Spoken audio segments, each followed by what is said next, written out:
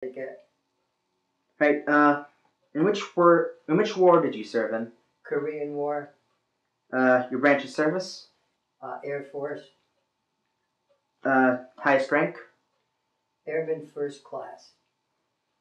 And what general locations did you serve in? Training was in Lackland Air Force Base in Texas. Training for a communications technician was at Scott Air Force Base, Scottsfield, Illinois. Uh, was stationed at Kadena Air Force Base, Okinawa, and returning to the States, served at MacDill Air Force Base, Tampa, Florida. Right. So now let's start in some sort of chronological order of sorts. Were you drafted or did you enlist? I enlisted. Right. And when you enlisted, where were you living at the time? New Britain, Connecticut. Do you recall when you enlisted, like the date? July 1950 is when I joined. I was discharged 4 years later.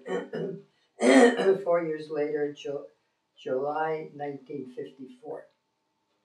And why did you join the Air Force and the war in general? I preferred the Air Force over being drafted in the Army. Any particular reason why? I thought the Air Force was a more technical field. And that was what you preferred rather than going out and being on the front lines?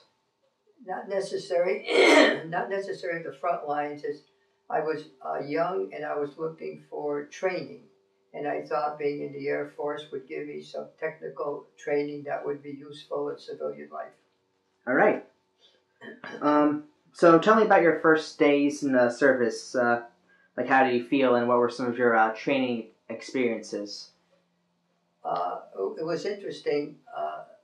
I was never out of the state of Connecticut for my youth, and traveled across country to Texas for training was a interesting experience. Going from state to state, met some very nice military personnel, and though I was missing home, I felt it was a promising experience.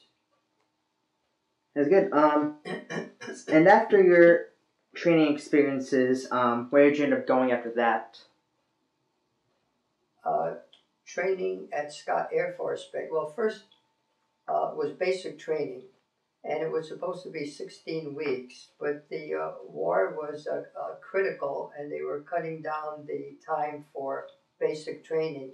They cut it to 12 weeks, and then eventually to 8 weeks. They wanted to get the military personnel into schools, into technical schools, so they could be stationed throughout the country or wherever they were needed. So from basic training in Texas, we were assigned to Scott Air Force Base in Illinois to train in communications. And what were your impressions from that location? Very nice school. They continually try to upgrade facilities to make it as comfortable as possible for the military personnel to learn and train. So both living conditions as well as learning materials. Yes.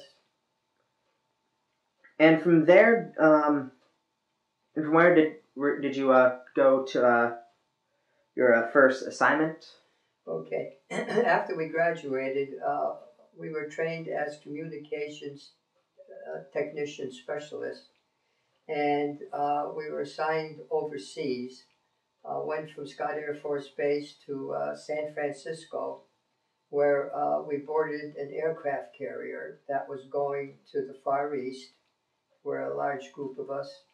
And the aircraft carriers first stopped at the Tokyo Bay to leave off some troops, and then proceeded to Okinawa, where we were assigned to a transmitter communication center. Now, first arriving in Okinawa in Japan. What were your first impressions overall?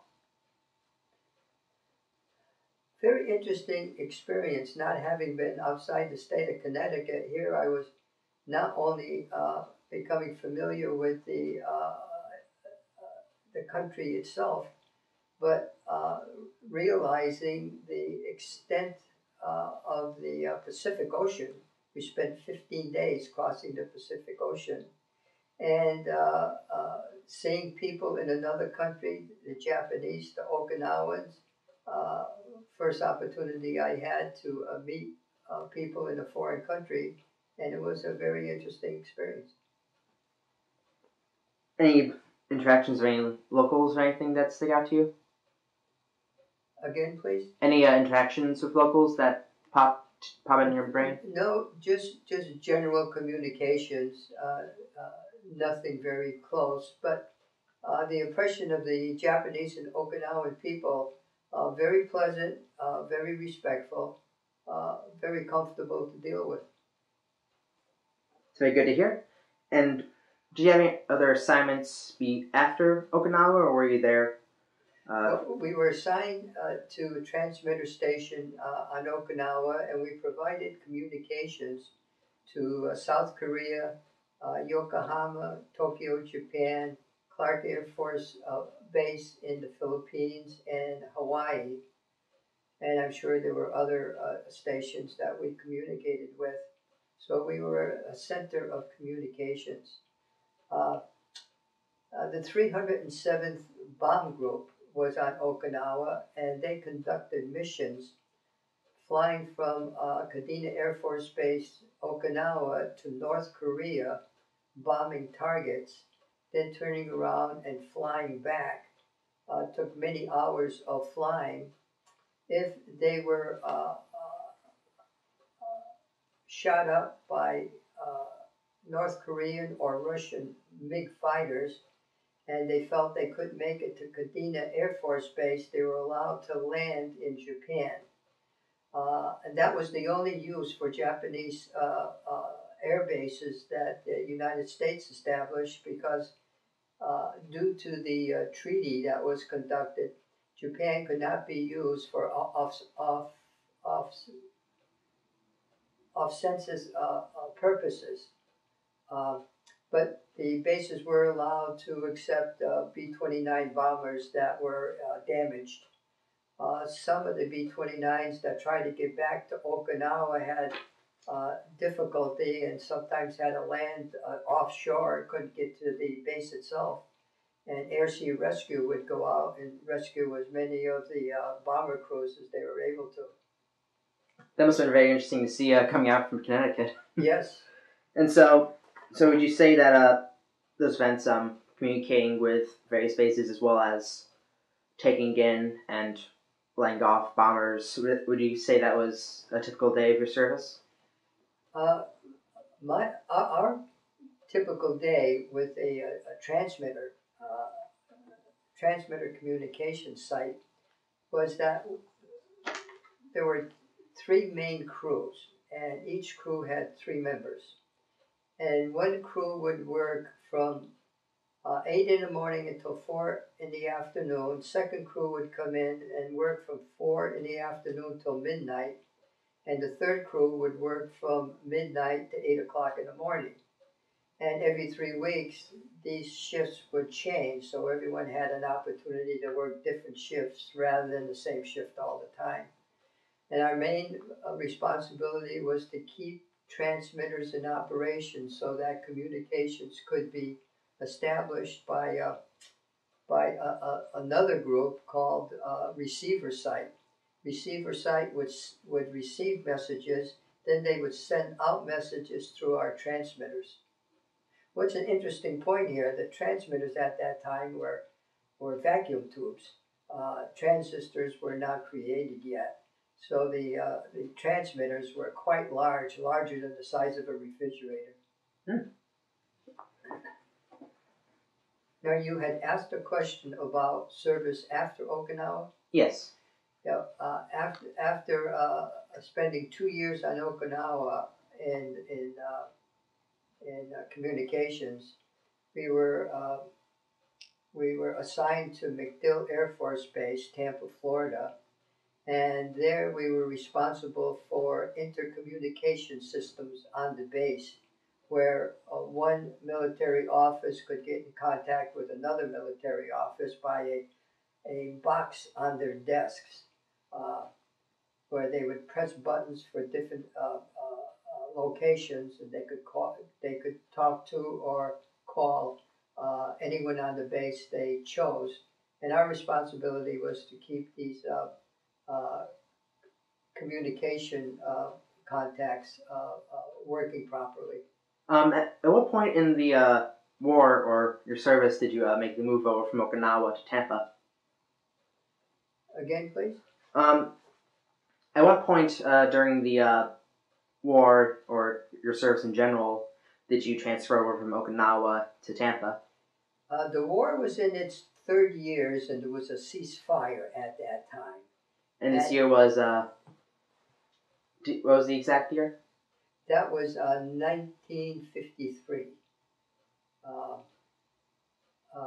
The shooting war had ended, and peace treaty was being negotiated, which took another year. So the official end of the war was 1954 in July, though the shooting part of the war ended in July of 1953.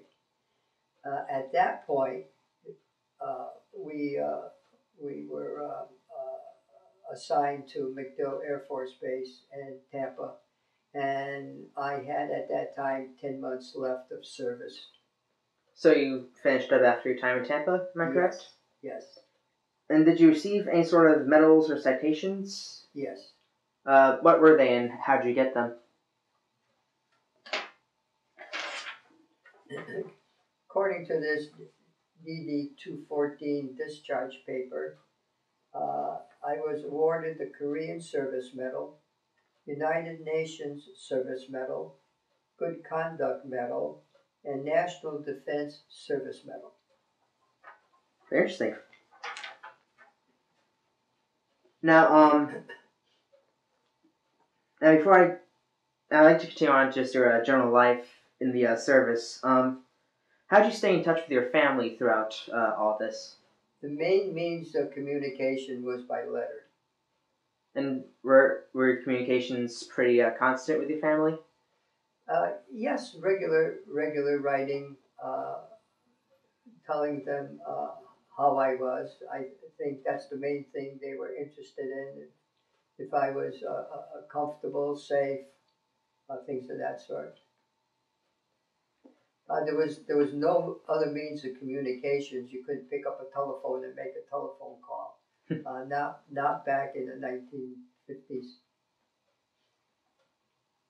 And at the bases you were there, what was the food like? Surprisingly, oftentimes you hear of complaints about military food, but the food that was served in the Air Force was very good. Huge breakfast. Holidays, they served everything you could think of. Daily meals were very good, very adequate, very complete. So I would not complain about the food that was served in the Air Force. And I take everything was well supplied, both in terms of living conditions and active conditions. Yes.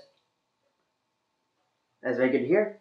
I understand this is a very different position than what people may think of for the Army or Air Force, but at any point did you feel any sort of pressure or stress in your service? No, I can't recall any such situation. I think the Air Force was very respectful to its military personnel and very fair. Of course, there were rules to follow, and as long as you followed the rules, you live pretty comfortably. It's good to hear. Now, in terms of your general time there, did you and the other Air Force men you were with, did you take time to entertain yourselves? And were there also any entertainers that ever came to the base? Bob Hope came once, and so many people, so many military personnel attended that when we got there, we were so far from the stage that we could not either hear or see the production.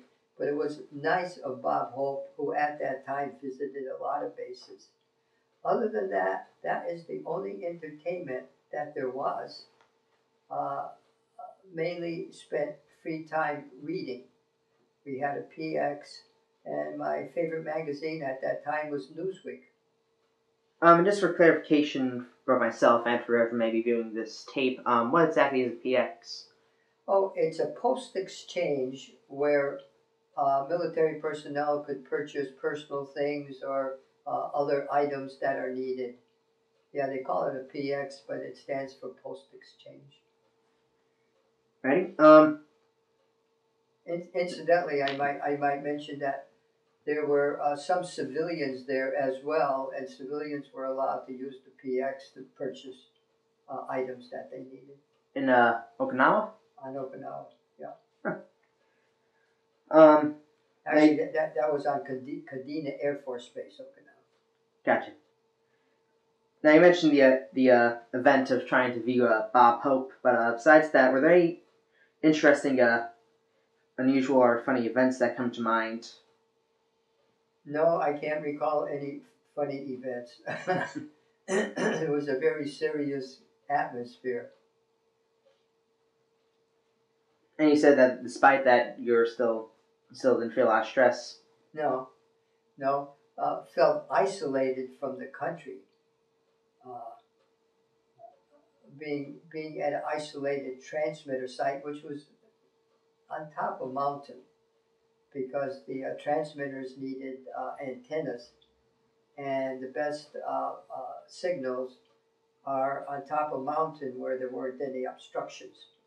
So there was a feeling of isolation, but nothing dreadful. So overall, it was a serious. The service was very serious, but at the same time, it was still livable. I guess I may say. Yeah, and a lot of credit goes to the people I was stationed with. There were about 25 of us serving, and they came from all parts of the country, and they were very capable people. And we were 20, 21 years old. And the responsibilities these Air Force personnel conducted was amazing. Running an entire communications center at such a young age, these young people deserve a lot of credit.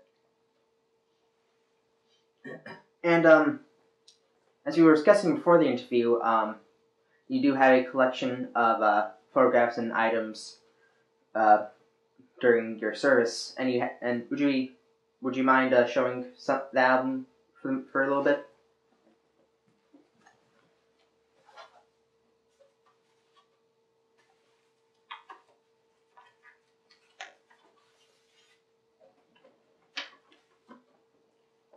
Now, I don't know how you want to show this. You may just open it up and just show the camera. Okay. This is our graduation group, where we graduated from Scott Air Force Base after 1 year of training.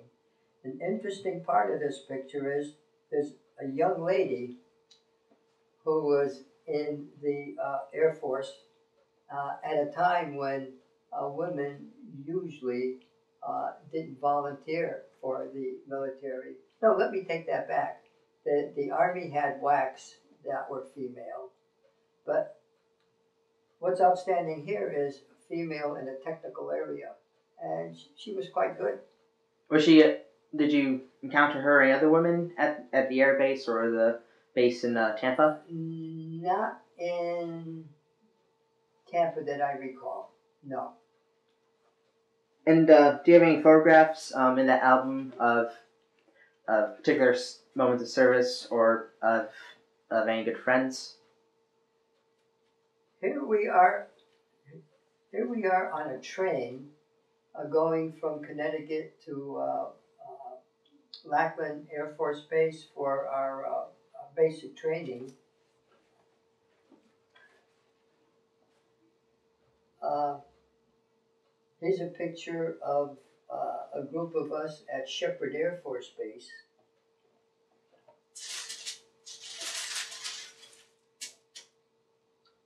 Here we are at.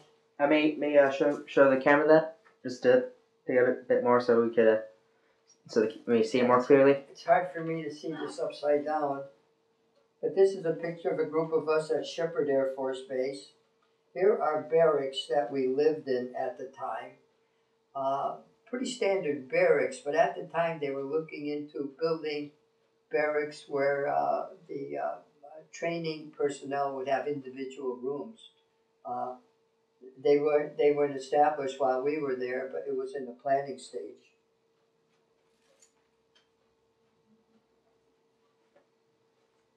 These are B-29s on an air base at Kadena Air Force Base, Okinawa, and they would fly those missions from Kadena to North Korea on bombing runs and returning.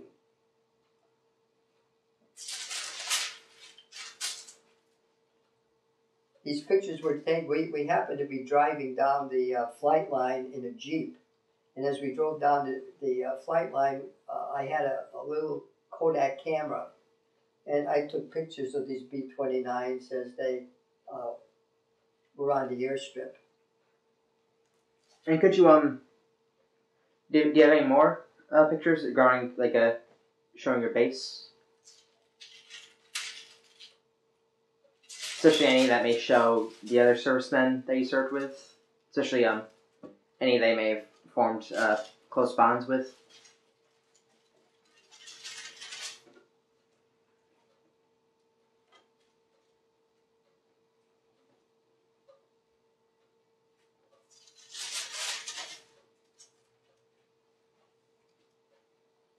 Here's a picture of entrance sign to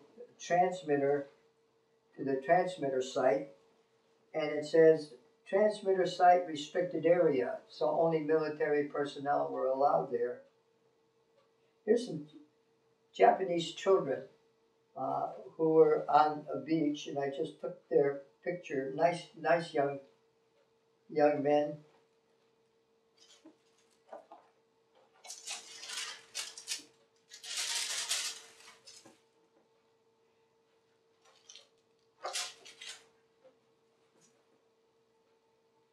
These are pictures of the inside of the transmitter building. It was a huge Quonset hut. And it shows transmitters lined up.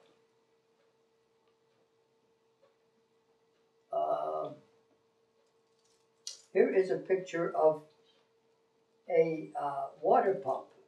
There was no water where we were, so water had to be hauled in by truck and then pumped into a tank, so that we had water to shave with, drink, and shower.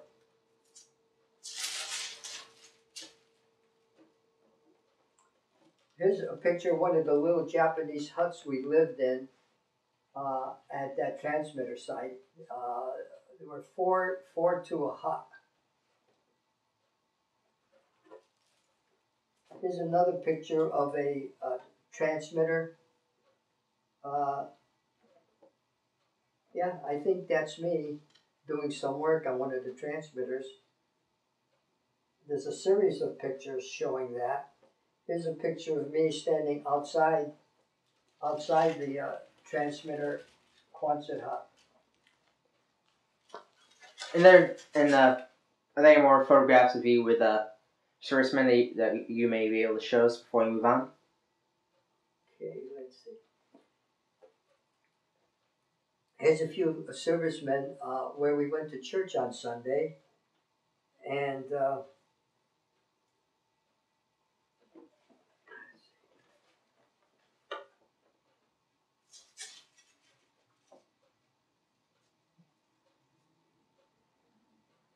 Here's a picture of the PX that I mentioned earlier. And this was called Doolittle Snacks PX. Uh,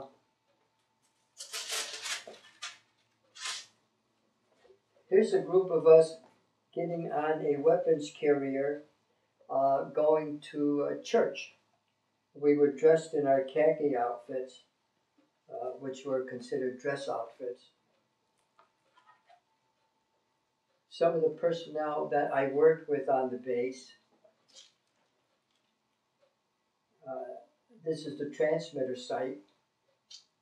Well, we were allowed three trucks, a weapons carrier, a 6x6 truck, and a Jeep. That's me sitting on a wall. There's some more personnel at the transmitter site that you were asking about.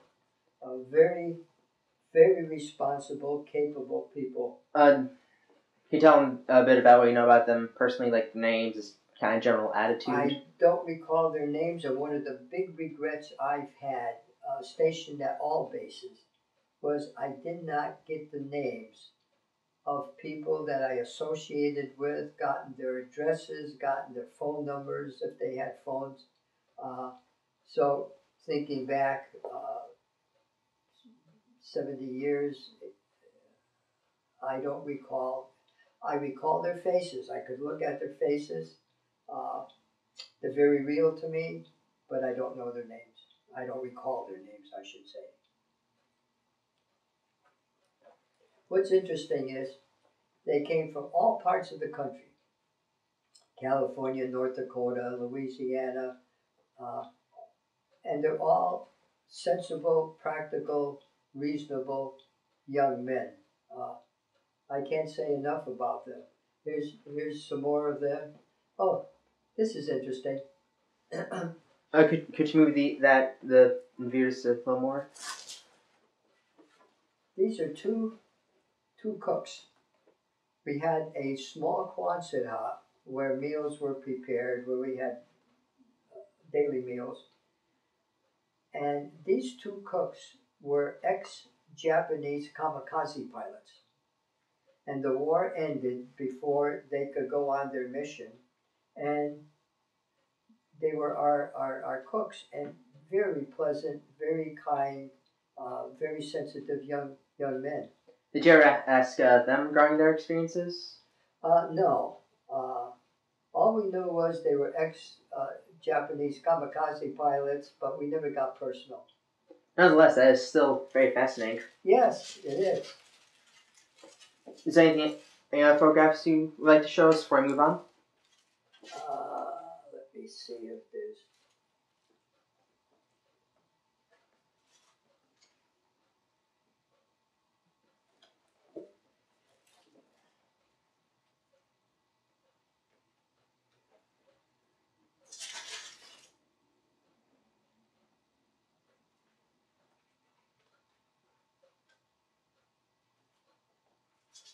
These are just a lot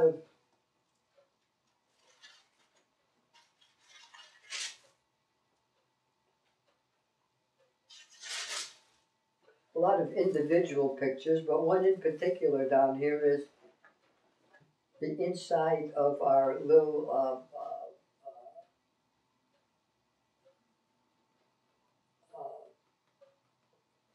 cafe where we ate. There were just a few tables there, and an area where the cooks prepared meals.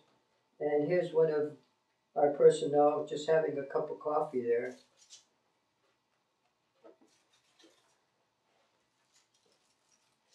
Here's something interesting. It's a picture of a street light. Now, that doesn't seem very important. But we were on that island for almost 2 years, dirt roads, nothing updated. World War II was just 5 years past. And one day, we were driving from our transmitter site to the air base, which was down below. We came across the street light and a paved road, which surprised us. And we stopped and we looked at this street light, and the light went green, red, and yellow. Now on the island, most of everything was either green, blue for the water, blue for the sky. Buildings or Quonset huts were gray, brown. Civilians on the island were dressed in brown, gray, or black. You did not see orange, red, or yellow. It was rare. Unless you bought a magazine, as I often did, buy Newsweek magazine, the cover had red, yellow oftentimes. And when we saw the street light, we just kept looking at the colors, red, yellow, green, and it was just kind of interesting. I took the picture. It's just a street light.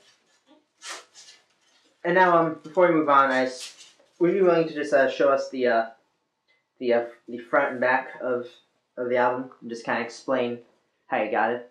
Oh, they were selling this at the PX, and it was made by a little Okinawan company, and I just purchased it to put photographs in it. It's a picture of Okinawa and some Japanese dancing girls. But it was very interesting looking, and I purchased it, and I've had it ever since. Interesting. Now I'd like to move on to the end of your service. Now you said that you're finishing up service in Tampa, Florida. Am I correct? Yes. Can you tell me about about your final day there, about your memories of being discharged on that day? Service at MacDill was very civilian-like. We had daytime jobs from 8 until 4 o'clock in the afternoon, which we worked in our military clothes. At 4 o'clock, being the time when the war had ended, we were allowed to wear civilian clothes off the base. So at 4 o'clock, after we had dinner, we were able to shower, dress in civilian clothes, and go into town, St. Petersburg, Tampa, and live pretty much like civilians. So it was a comfortable last 10 months of service. Any particular recollections on your final day there of being discharged? All I could say there is it was a smooth transition. While I was there, I purchased an automobile, and I was able to travel around the Tampa area after working hours. And at the time my last day of service occurred, and I believe it was the 17th of July, 1954. We were told to report for a physical exam. Everyone had to have a physical exam before discharge. And the following day, we were free to return home. Did you have a pleasant homecoming or anything Oh, big? yes. My mother was a seamstress, and she worked in a little seamstress factory, and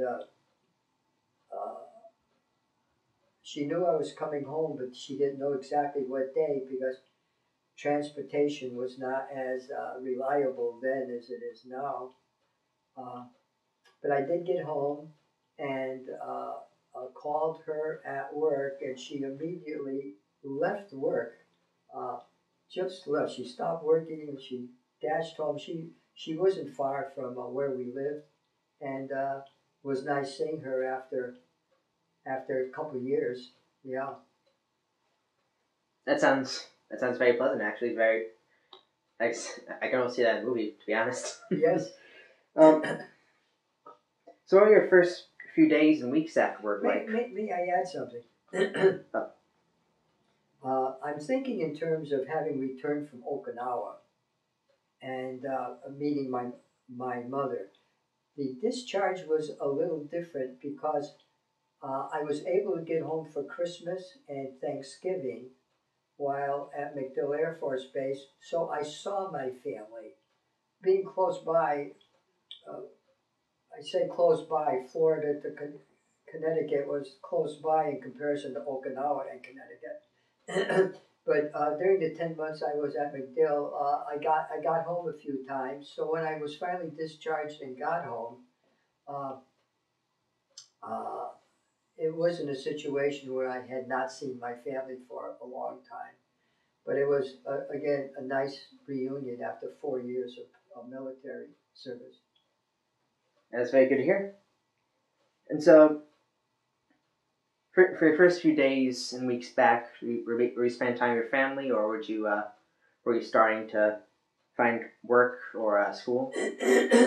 What I was interested in was making use of the GI Bill, and I got because I was discharged in July. It was too late for me to apply to college beginning in September.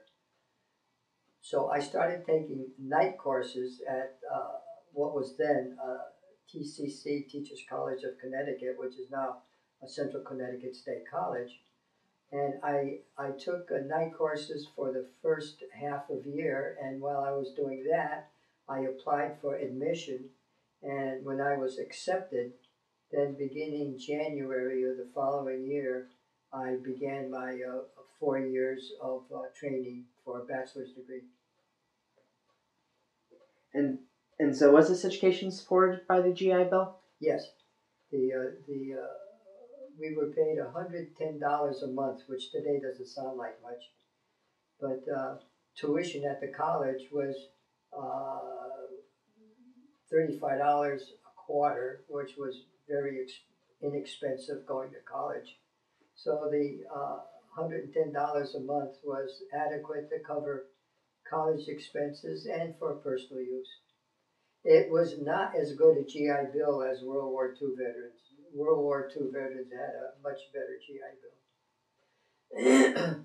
Any particular reasons? It was just less money, or uh, the World War II GI Bill, you could go to any college you want, regardless of the cost, and it would be covered. Uh, the Korean GI Bill, you got $110 a month, regardless of what college you attended.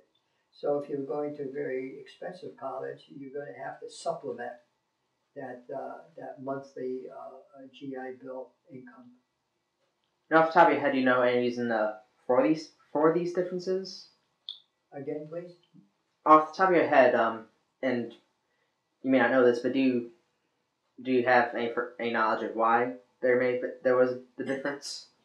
That is interesting. I really don't know why, except to save money.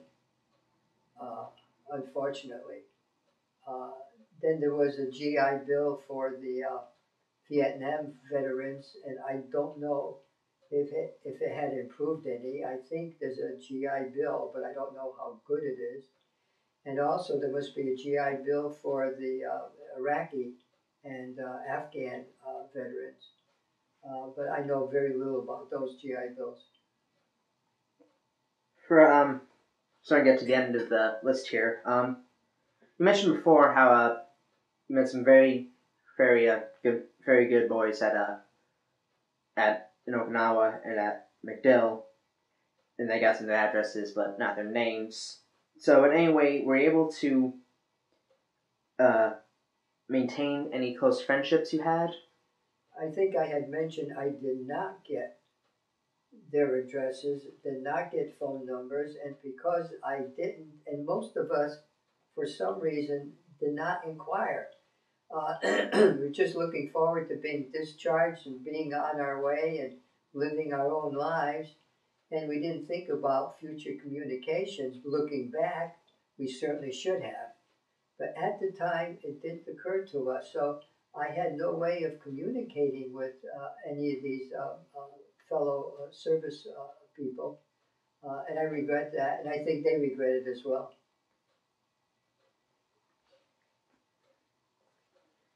And so, to close off, first off, I want to say I apologize we weren't able to continue those relationships. And just overall, how do you feel that your service and your experiences in Okinawa and Tampa and in training affected your life? I think anyone serving in the service benefits by being in the service. It's a great experience. You, especially if you're trained to do a particular thing, uh, you meet people that you would never have met before. Uh, you assumed responsibility as a very young person, which is very valuable. And I think it prepares you very helpfully to your future life. And so you definitely say that for yourself, I suppose. Yes. That's very good to hear. Is there anything else you'd like to add that I haven't covered? No, you were very thorough in the questions that you asked. Um, I'm looking back, thinking back. No, I think you have covered quite a bit. I can't add anything to what you've already asked about. Right. Well, to close off, I would like to say thank you for your service to this country and also for taking time to take part in this interview. Thank you for your patience and thank you for your interest. And I think what you're doing is of value to the country and to the individuals who served in the military. Thank you. Thank you very much.